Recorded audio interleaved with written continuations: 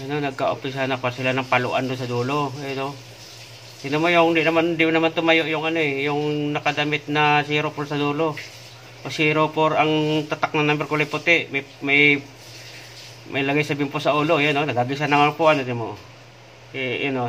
At tumakbo yung bata nakakulay itim na kasombrero. Bata pa yata yun. Tapos sinabol lang nakakulay itim na damit na pinalambuti. Mataba. Oh, yan sila ano to, yan oh. Ayun. Tapos sumunod sila John Ring, ayun oh. Tumakbo yung ano. Ayun, oh. Ay, ang linaw ng pagkakuha. Oh, tinan mo record oh. Ayun oh. Naghagisa ng upuan. Tapos yung naka-short na patig ba yan? Tapos nakakulay itim na damit, tapos malagay bimpo sa ulo. Yun, may dalang buti rin, oh.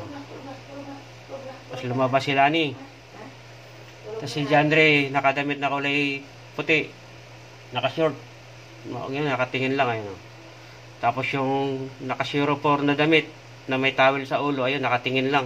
Katayo lang din. Kala ko yan hinahabol. Hindi, naghapasan na nga ng upuan. Hindi naman pala siya nakialam, eh. Ayun nga yung ano, parang bata pa yata yung tumakbo, nakakulay damit na itim na may sombrero puti. Payat ata.